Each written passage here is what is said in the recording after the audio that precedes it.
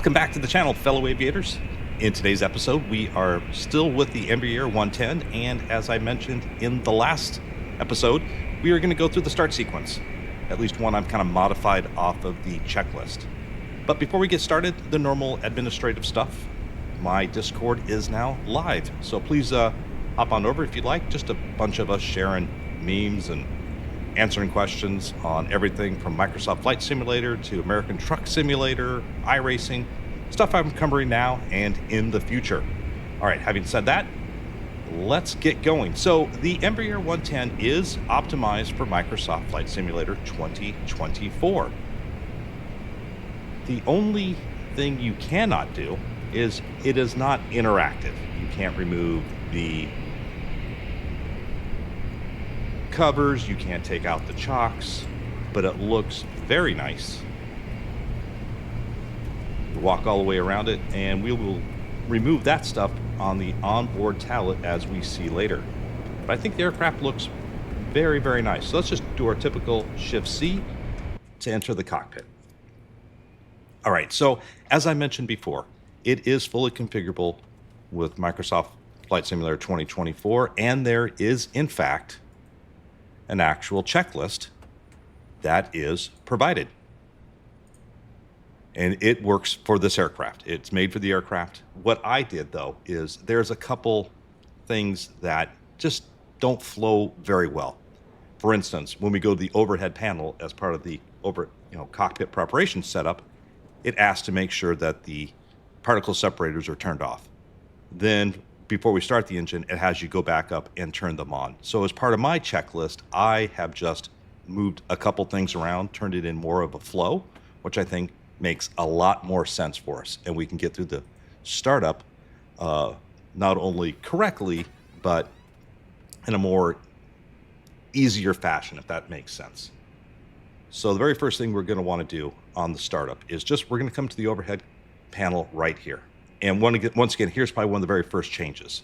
Over here at the bottom left of the screen is our master battery switch. It calls for you to put it in the external power mode. And then later on, it will have you switch it back over to on-aircraft battery. But when you do that, it actually shuts off the aircraft for a second. And the problem with that is it also shuts off your GPSs. So you've already got your 430 and your 530 up and acquired your satellites, then it just turns them right back off. And while this aircraft, I think, is extremely well modeled, there's a lot of great things about it, it's not study level. And what I mean by that is, we're not going to kill the battery if we put it in the just in the BATS position as opposed to external power. In an actual aircraft, for instance, in the A320 or the 321 when I'm flying it, if I put the battery switch on, I have about 5 minutes before I need to establish power, either through the APU or an external source, or I will actually kill the batteries. That's not going to happen here. So once again, this is like one of the small changes I've made that I think makes it easier for us and keeps the flow going. So the very first thing we're going to do is we're just going to switch that into the on-aircraft battery position, and then we can come up to the very top, and we can make sure that our rotating beacon is on, our nav light is on. We'll just do our no smoking and our seatbelt signs. After that, we want to come down and make sure that our inverters are on. So 1, 2, and that should provide power to the aircraft. And then, as I mentioned before, we'll go to the inertial separators. I just turn them on here, so we have a nice real flow here. Here, we move up to the top, signs, inverters, inertial separators. And now we're, for the most part, fairly done with the overhead panel at this stage. As we see, the GPSs, because we've established power of the aircraft, are already turning on. So let's go ahead and begin to acquire the satellites for both those. Get that up and running. And from here, we are going to move just slightly down, and look what we have right there. A transponder, what we didn't have in the King Air. There might be some sarcasm here. All right, so we have gone for the overhead panel. We've got our GPS and our transponders on. The next thing we're going to want to do is we can check our fuel quantity. Come back down here. I've just panned down just slightly. We should have about half tanks. That looks about correct. And then from up here, we're going to come And make sure that from here, cross feed is off, pumps are off. You could actually, if you wanted to, just go ahead and turn the pumps on now. There's really no reason to wait, but I think the checklist calls for them to be turned on after the engine start, so we'll do it that way. Then we come back up here, and then we're going to do the fire test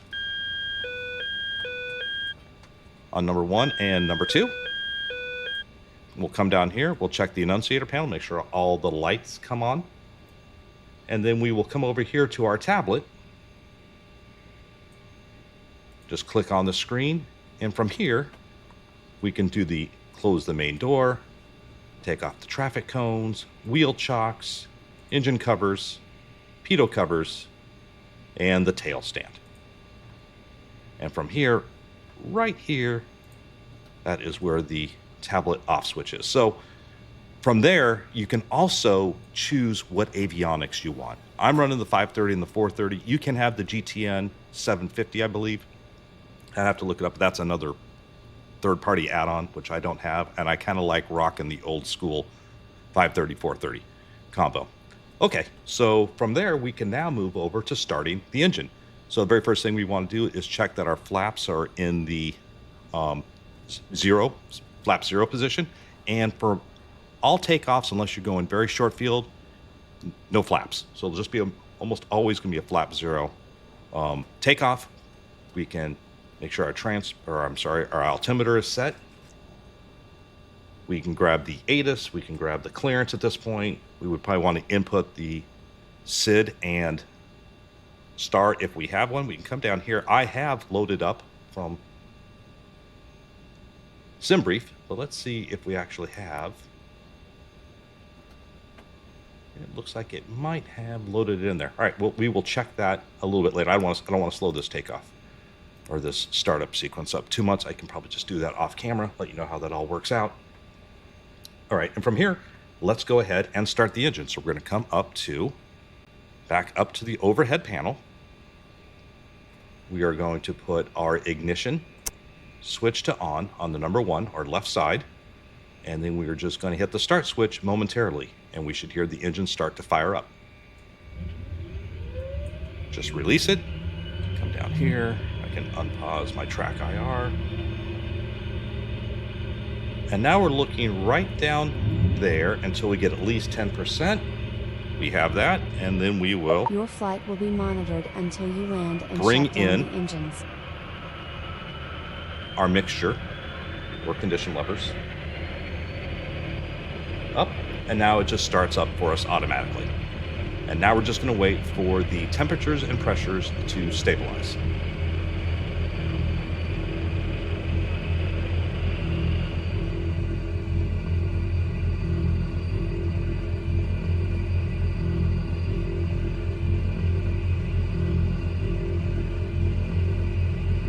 All right, so we're about 30% there. You notice there's like a slight change in sound. That is your indication that the aircraft or the engine has reached that side. We'll come back up here. We'll take now the igniters off, and then we'll put the igniter on the other side. And the same thing, repeat the process. Momentary switch up, come down, and now we're gonna wait for about 10%.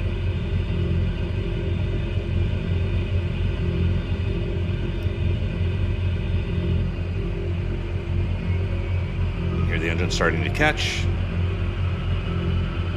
There is 10%, and we will just advance our throttles to right about there. I'm sorry, mixture to right about there. And now we go through and do the exact same thing.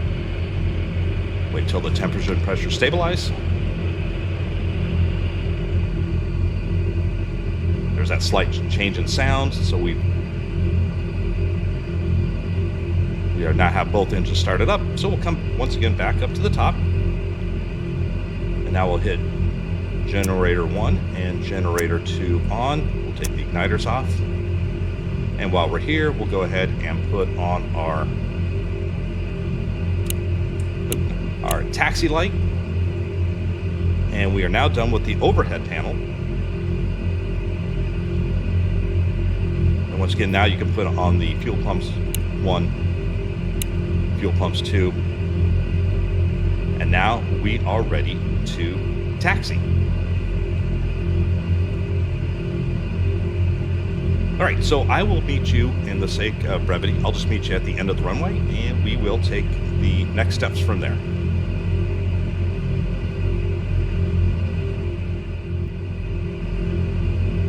Okay, from here, not much for us to do. All we have to do is get our condition levers full forward, our prop levers full forward. We'll come down here and we want the auto feather selected to on, our landing lights on, and then we need to select runway heading and altitude.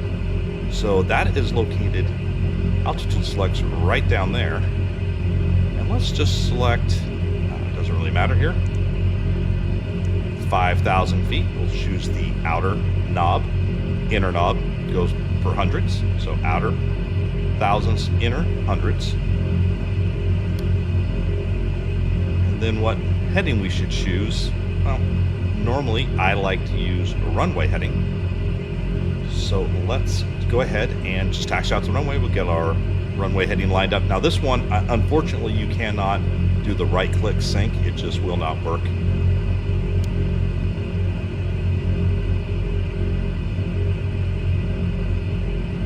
So let's just taxi out there and then we'll just sync it up. All right.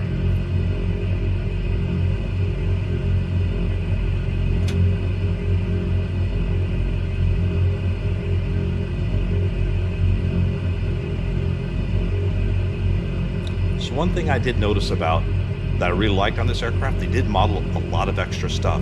I actually did a couple power tests up at, I think I chose like 16, 14, 12,000. Chose different power configurations, and they really did model the higher you go, the less fuel you use, which is a thing. That's the reason why airlines climb so high. You should be using less fuel, and in fact, you do in this model. Love it. Absolutely love that. Unlike the King Air, that actually did not have any of that modeled. Probably sound like I'm a jilted ex-lover with this stuff, but I really just was so unimpressed with the King Air. All right, so from here, I can use my Honeycomb Bravo to make these adjustments, but man, it just goes, as you see, a little bit slow. Or you can just come down here, use the switch here, and get us synced up. A lot of times I'll use my Honeycomb Bravo just to make the fine adjustments, but if you don't have one, you simply can just dial in there. All right, so we're synced up on the heading. We've got an altitude selected of 5,000 feet. And I think at this point, I think we're ready to go. So let's go ahead and release brakes.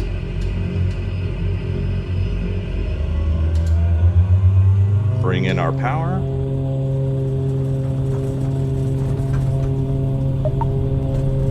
See if we can track center line and not fly like a drunkard. We're looking for right around 100 knots. There we go.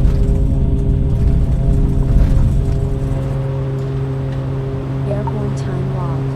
All right, positive rate. Gear up.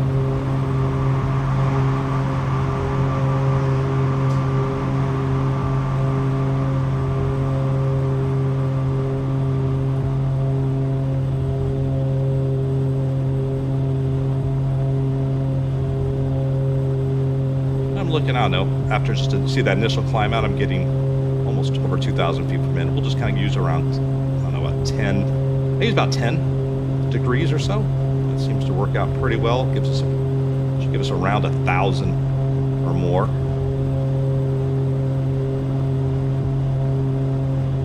At this stage, we'll just kind of start getting ourselves on course with a slight left turn.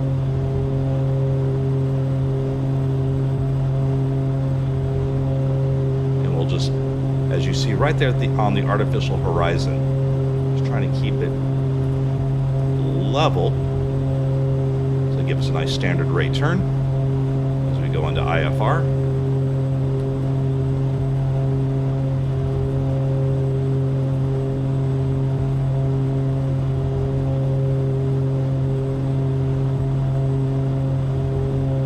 Go just past adjust it a little bit to get ourselves on course.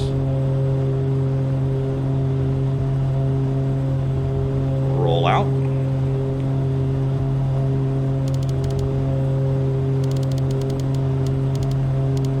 It's the only thing, this is very touchy using this.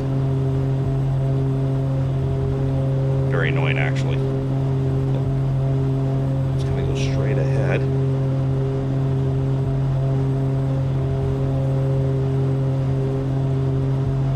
All the way around when this thing is slow.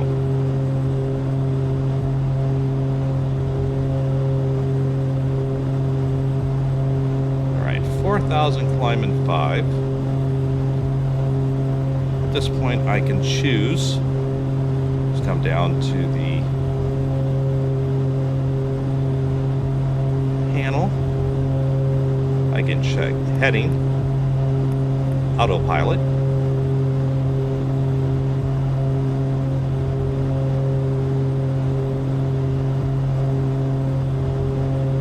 And we're just, now we still continue. Nice, continue to climb up. You can see we drop down to almost level here.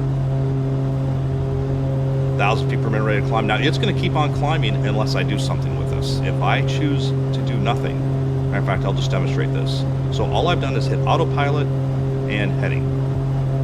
We can also choose nav here as we get kind of on course here in just a little bit. But unless we make an active selection in altitude, nothing will happen. Let's come over here. So it says as soon as I hit autopilot on, we've got flight directors, heading select, autopilot.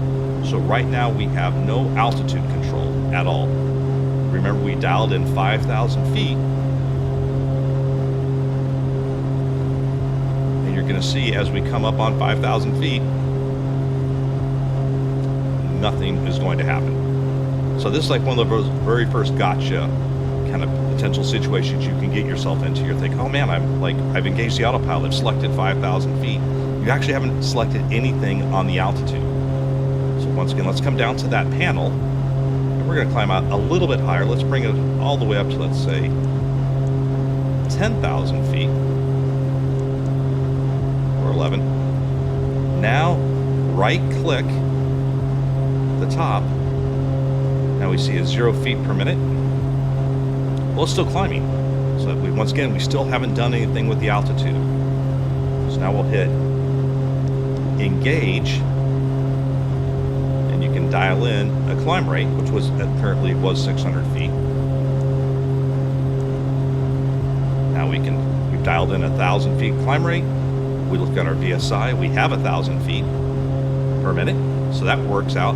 But once again, still haven't done anything really with the altitude other than tell it what rate of climb you want on the aircraft, which is 1,000 feet. So once again, if we don't do anything, it's going to blow right through our 10,000 feet. So the key is down here, hit arm. Now, when we come over here, sorry, no, my camera works. Now we see flight director, heading select, alt arm, autopilot. Now we know we're going to capture our altitude. And while I was busy yippity yapping, looks like we've already blown through our course. So let's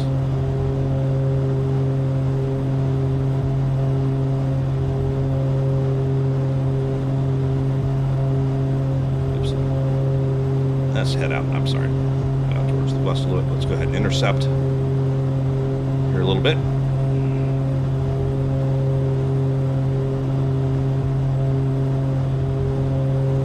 Never going to catch it.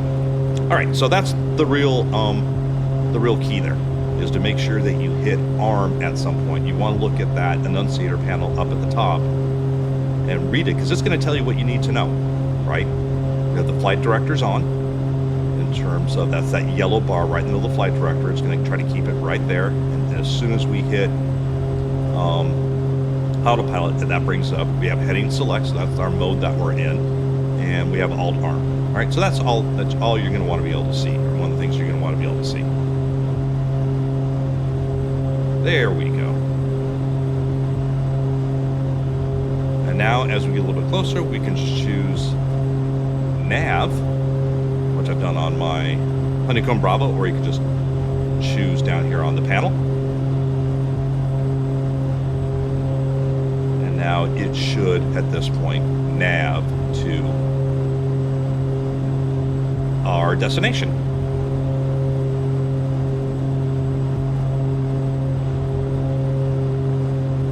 The aircraft has a slight, there we go, slight turn, and now it should hold our course all the way to our destination, which is about 250 nautical miles.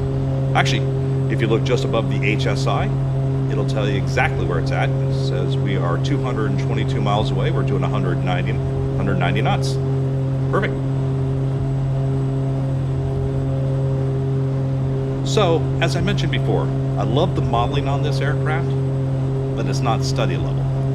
And our very first indication was we could probably leave those master battery switches on forever and the power would not drain. The other thing is if we come down here, oops, you can see we are just operating right into the yellow/red on our temperatures. Torque looks good. NH looks good. That's always going to should be right about 100%. That's never really going to change. Prop RPM, we're way past red line here, cranking at about 105%. And you could run that forever if you wanted to. So what it calls for is 90%. That's what the book's going to call for us, is to pull back on 90%. Before we do that, though, one thing we can do is, let's come out here. Let me get rid of this for a second so we can see better. Once we climb out, we want to take the auto feather off, and then we want prop sync on. And let's see, are we still below 10,000 feet? So we'll still leave our lights on. Meantime, I will sync up the heading, so where we're actually going. Direction.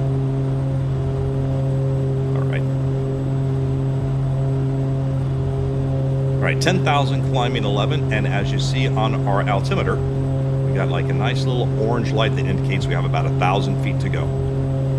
If you don't see that orange light and you're within 1,000 feet, once again, you have not coupled up the alt arm of the autopilot. Boy, that got me a couple times. It's making an approach. I set the bottom end, I start my descent, and next thing I know, I look up and I'm expecting to see like 4,000 feet. I'm going over my charts and I'm down like 1,500 feet, plummeting towards my doom. So, what altitude should you fly in this aircraft? It's rated up for about 21,000 feet, but I'll be honest with you, I think anything above 10, it starts getting very, very lethargic in terms of its climb performance.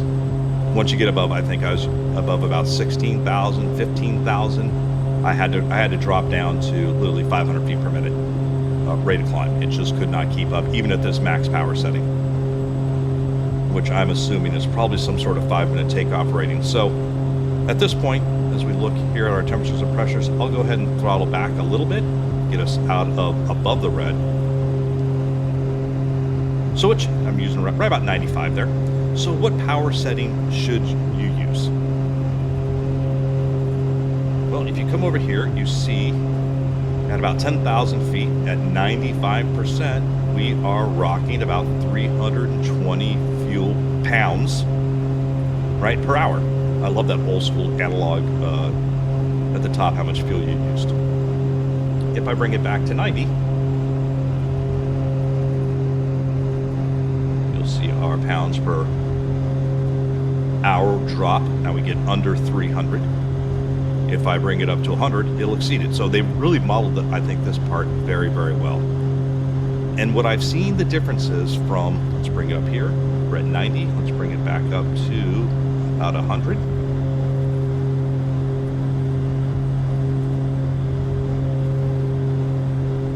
In terms of airspeed, roughly, and I did this example probably a couple different altitudes. I think I did it, if I even kept notes here, I don't know what I did with them.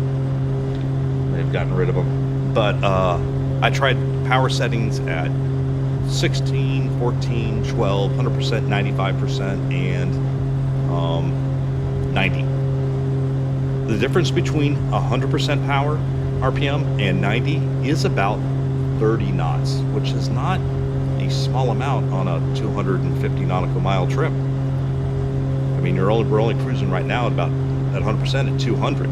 So if I bring it back to 90%, we'll be down to 170 knots. This is not a very fast aircraft. So I use, like I said, the book calls for 90. I use anywhere from 95 to 100 because, once again, because it's not study level, I'm not really worried about blowing up the engines. I'm not even sure if you can. I think I could run this thing probably at full RP, full power the entire way and not have any problems whatsoever. But it's a flight simulator, right? Not an arcade. So let's try to fly it in somewhat of how it was intended. So I use for cruise, I'll bring us right down here, about 95% or so. And that seems to me to be a good trade-off, right? It's going to be a long flight. This is OnAir. We are being charged for this aircraft about 3,300 credits, I can't remember, per hour. So the longer these flights are, the longer it's going to take us to, in fact, get to where we're going. The more our charges, the less profit we're going to make on these flights. So I'll use around 95% or so. I'll keep that up almost all the way through the descent as well. I'll choose in a vertical speed of about 1,000 feet per minute, right?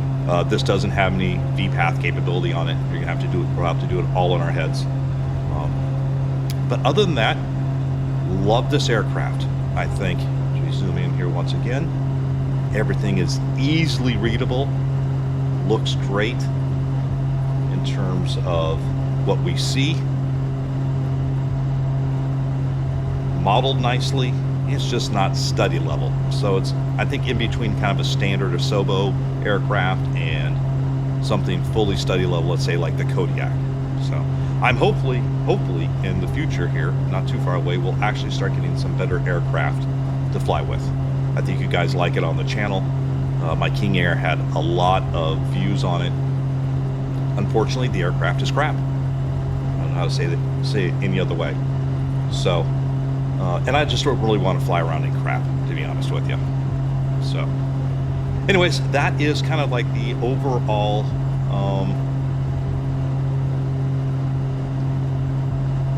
takeoff sequence. One other thing, we went up here, up high. We could have done this down a couple thousand feet, just turn our separators off, right? So when should you do the whole auto feather, auto prop thing? The auto feather is to help you if we have an engine failure, so you don't, cartwheel nose into the ground.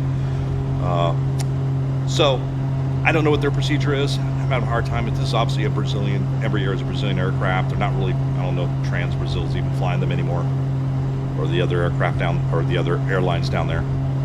So it's hard to tell.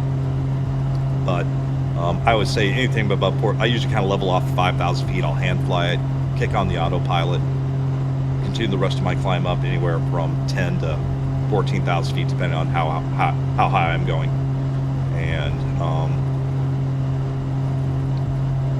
then I'll just kind of, at the 5,000 foot mark, I'll turn the separators off, turn off the auto feather, turn on the props sync. And that's it. All right, so I think it's relatively a simple, straightforward aircraft. If you have any questions about it, you can hit me up in the Discord. There is the checklist. It's just, like I said, it kind of goes all over the place. Separators, turn off the separators, turn on the separators, the battery stuff. So I just went through, found it, made it more of a flows, which we do in the airlines. So it's all kind of in one little area. You're kind of just taking one segment. Overhead panel, GPS transponder, and then you start the aircraft up, the overhead panel, that type of stuff. So anyways, I think I've been yipping on here enough. We still have another 56 minutes before we get down there, so I will probably just cut you out right here. Okay, I'm back with you just a little bit early so we can go through the descent sequence. So we're coming up on about 33 miles out from the initial approach fix, which is Kaget. So let's come down to our panel. It's kind of hard to see here, but we have 2,600 feet dialed in. That's what we want.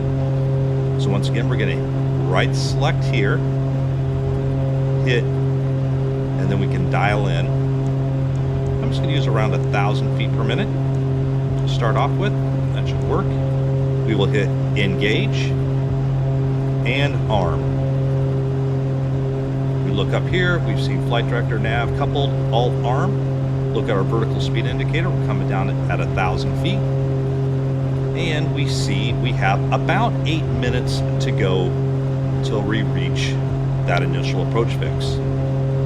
So roughly 11,000 feet, we need to get roughly down to 3,000 feet, 8 minutes. We're going to get there probably just a little bit quicker because we start to accelerate. So when should we descend? So energy management is something we're going to have to start dealing with more as we fly larger and larger aircraft. This is something I actually have to teach a lot of my FOs. As a captain, we are all mentors, but I'm actually a paid mentor for my airline. And a lot of the FOs I fly with have never flown a jet before. And so understanding energy management is critical to making a nice stabilized approach. So what do we want to do? The standard is for every 1,000 feet of altitude you need to descend, you need approximately 3 miles. So you should be no higher than about 10,000 feet when you're 30 miles out. Pretty simple. The other thing we need to figure out is slowing down. Now, once again, this is going to be slightly different in a prop, definitely different if you're flying around in a Cessna, but if you are flying around in a jet, you really need to understand the 3-to-1 rule, and slowing down, usually it's going to be 1 mile for every 10 knots. And so this is something that I have to teach a lot of my FOs is when should you be decelerating, when should you be slowing down. The goal, of course, especially here in the airline, it's not a goal, it's mandated, is we have a stabilized approach criteria, and that is at 1,000 feet AGL, we need to have all of our flaps in, landing gear down, on vertical path, on lateral path, no too low, glide slope, no warnings, no cautions, thrust is stabilized, and that all needs to take place, and the checklist, or landing checklist run, all that has to be done before we get to 1,000 feet. And so it's just a matter of working ourselves backwards. Especially in a larger aircraft, it takes a long time. You can either slow down or you can get down, but you're definitely not doing both. So that's kind of what we're going to use here, roughly. So you can see I'm coming up on 8,000 feet. I've got approximately a little over 5,000 feet to go.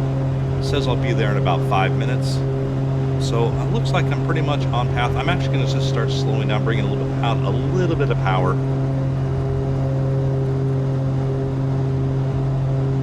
Because we're going to want to get over that initial approach fix. You're going to see once we hit the initial approach fix at 2,600 feet, we then have to descend down to about 1,700 feet, so another 900 feet, and we only have about 6 miles to do it and get ourselves configured, flaps, gear, all that kind of stuff. So I'm going to probably want to hit CAG it with at least flaps 1 in, which means I'm going to need to be below about 150 knots, and so I don't want to exactly hit right at 2,600 feet just as I get there. I want to be there a little bit early, a couple miles early, so I can start to slow down. And so you see it might be a little bit tight, so all I'll do is I'll just come down here and I'm going to increase my rate of descent. We'll use 1,300 for now. I'm going to continue to accelerate, so I'll just pull out once again a little bit more power. All right, so that's really the basic of what you want to do is 3 miles for every 1,000 feet and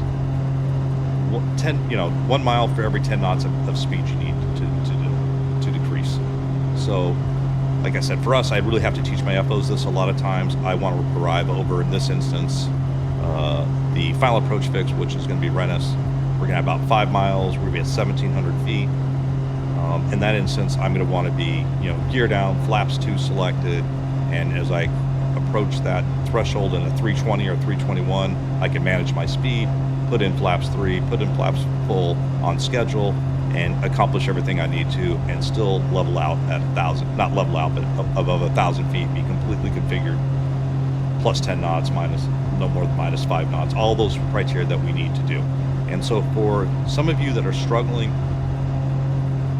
in making your approaches and trying to get it nice and smooth, and it feels like it's going all assholes and elbows at the very end, right? The farther out you can be configured and stabilized, the easier your approach is going to be. So I'm just monitoring my stuff here. We got about 5,000 descending to a little over 3,000 feet to go. Now you see that interval's moved up to about four minutes now before I reach the initial approach fix, which is perfect. So I'm going to want to slow up and get some flaps in. All right, so that's just kind of some real basic info. We'll probably talk about that more, especially the larger aircraft we fly. But when you're starting to fly, even when you're flying something, like I said, the 320 has full vertical profile, that kind of good stuff, and it works perfectly until it doesn't, right? So you'll be humming along thinking you're right on profile, everything looks good, and then you'll get a warning saying 2 paths steep ahead, speed brakes. So, if you have an idea what the aircraft should be doing and you can plan it out ahead, that's what you're going to want to do. I haven't really gone over the approach procedure. We're planning on the ILS Yankee 28 in here. I will link a copy of my tutorial down in the description below if you guys want to check that out, if you need any help on how to actually read the approach plate.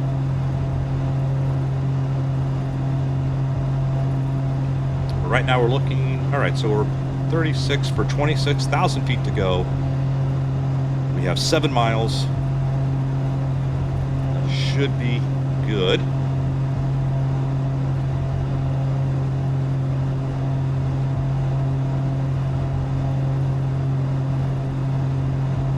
And what I'm going to want to do here, we have about 2 minutes, 6 miles, looking good. Just talking my way through this so you guys understand what's going on right now, or what my thought process is. We got about 6 miles until we hit that approach fix, and we should be leveling off right there, 2,600 feet. Nose pops up, airspeed starts to decrease. And I'm going to pull in, so I'm really not slowing up too much. So let's pull in about down to about 80%.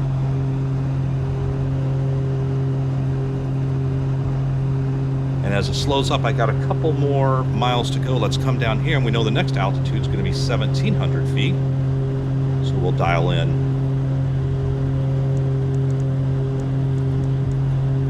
1,700.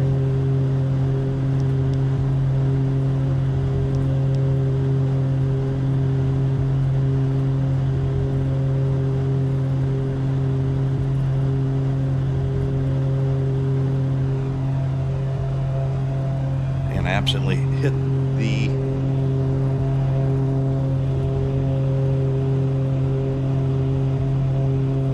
we got a slight descent coming in. Let's get our flaps 1 in, 2 miles out. I need the out switch that's level off there. We don't continue to descend. All right, that was my mistake. Actually double hit that switch. All right, so 2,500 feet, a little bit low. About 100 feet, lost 100 feet here, messing around. We got our first notch of flaps in. We're 1.5 miles out. And we should get a slight right turn to about 281, which you can see down there, down in the HSI. I've already put our heading indicator on there in case there's any issues. I can immediately go to heading, and it'll fly into where I need to be.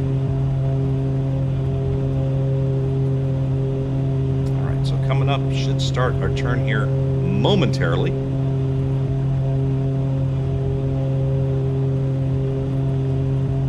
And will it? Dun, dun, dun. All right, there we go. All right, so we're turning inbound. Let's come down here. Let's go vertical speed, 1,000 feet, engage, arm. Now we should be, are we heading down? We are not.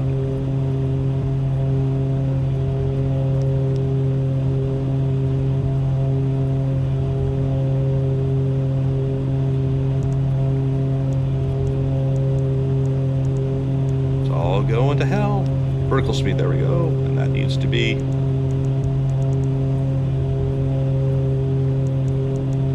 1700. There we go. I was on the wrong one. All right. That's what. And now we are, for the love of God, this is how you screw up an approach. Oh, it's making this nice 360-degree turn. That's nice. This is all going to hell at this point. And now I'm going to stall. There we go. We get vertical speed, please. 1,500 feet. We need an altitude of...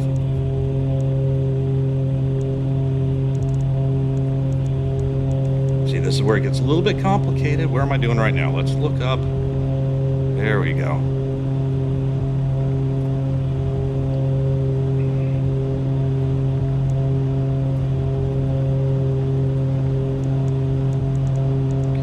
Holy moly. Real-time watching shenanigans take place. 1700. All right.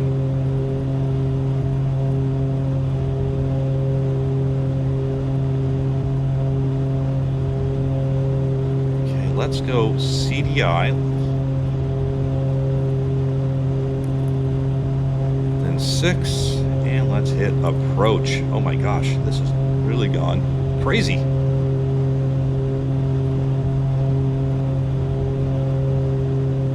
Is it going to, or is it going to just continue around one more on the 360 here? Let's see.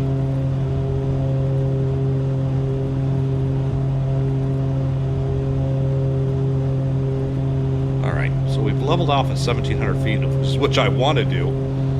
And unfortunately, I was on GPS down there at the bottom, and so it just started doing circles.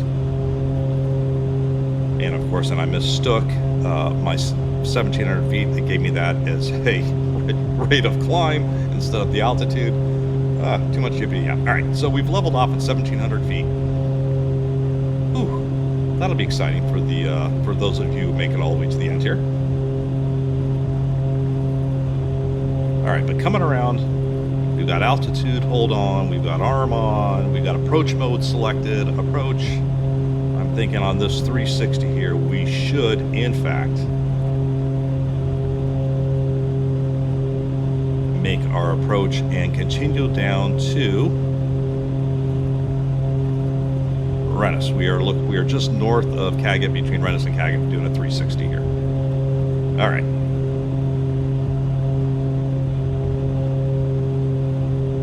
Let's see if it in fact picks it up. If not, then I'm just going to hand fly it. So we're just going to get ready to disengage the autopilot here. Also put in our second notch of flaps. All right, now, will it pick it up?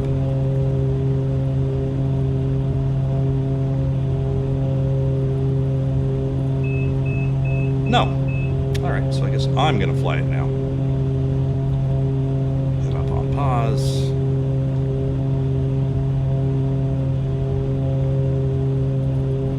See if I can get it to re-engage here. Autopilot.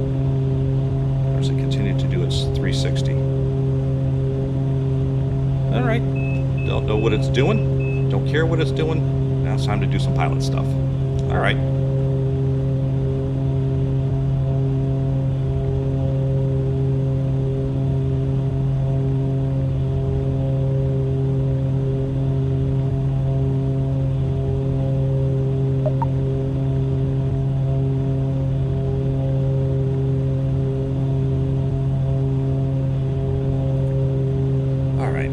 That anymore. Let's make one more look down here, and let's turn our flight directors on. Anywhere down here, flight directors. Let's get the flight directors off, just because it's just giving us wrong information at this point.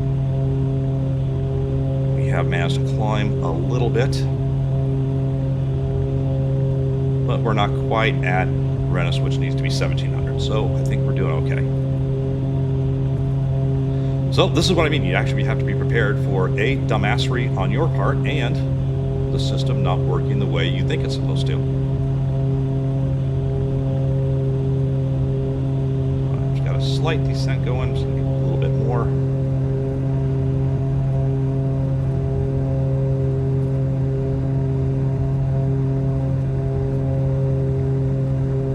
Got 2 miles to go. Should be at 1,700 feet.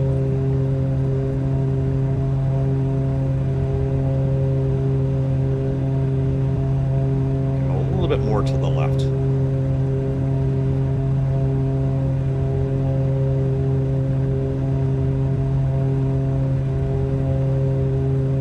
And once we get over Rennes, which is about another mile or so, we're going to need roughly around 600 feet per minute rate of descent here. All right, so now we're kind of back on course.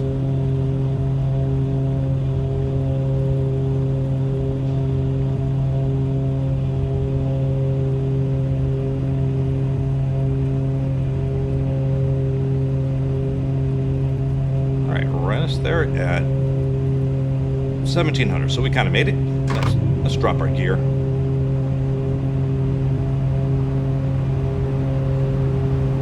And roughly 600 feet per minute rate of descent should kind of get us in the ballpark there.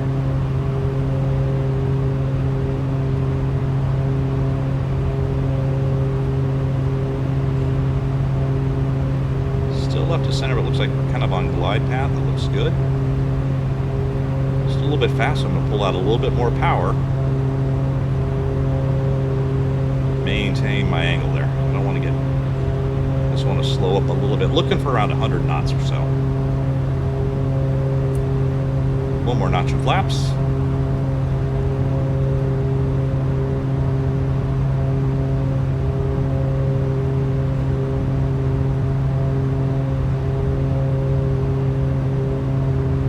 Get a little bit better, as you saw in real time, working the 435-30. I was not expecting it to do a 360-degree turn there, and then of course when I started getting discombobulated.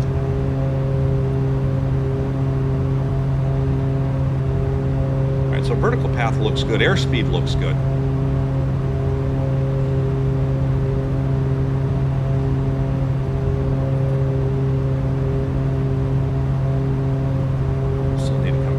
To the left. We see the runway up there, but let's just flying on instruments here, try to make it a little bit.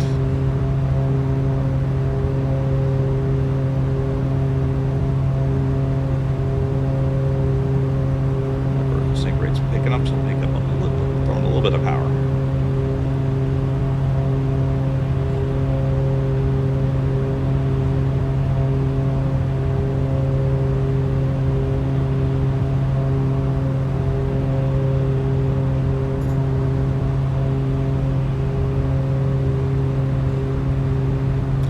Gears down, final notch of flaps in, bring in a little bit more power.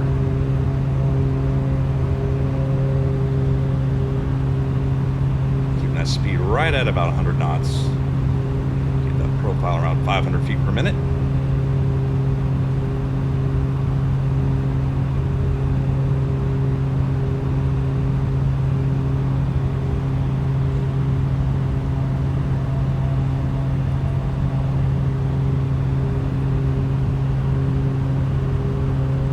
Speed, final notch of flaps, gears down.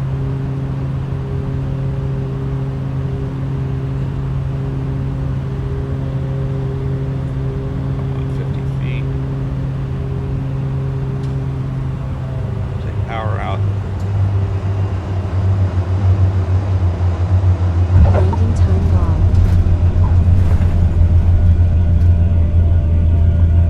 All right. Well, that was not my best ILS, but we made it work. The goal is try to be a little bit prepared, know your altitudes, airspeeds, all that kind of stuff I need to be at.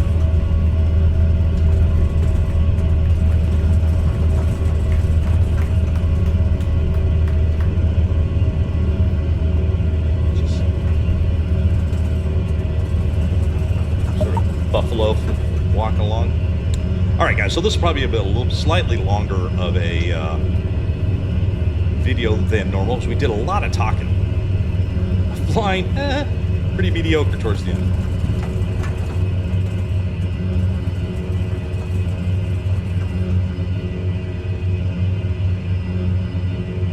Oh, and I forgot to do a couple things here. We'll talk about that probably the next flight. Oh, there's a car right in the middle of the runway. Excellent. Love to see it. That's not a hazard at all.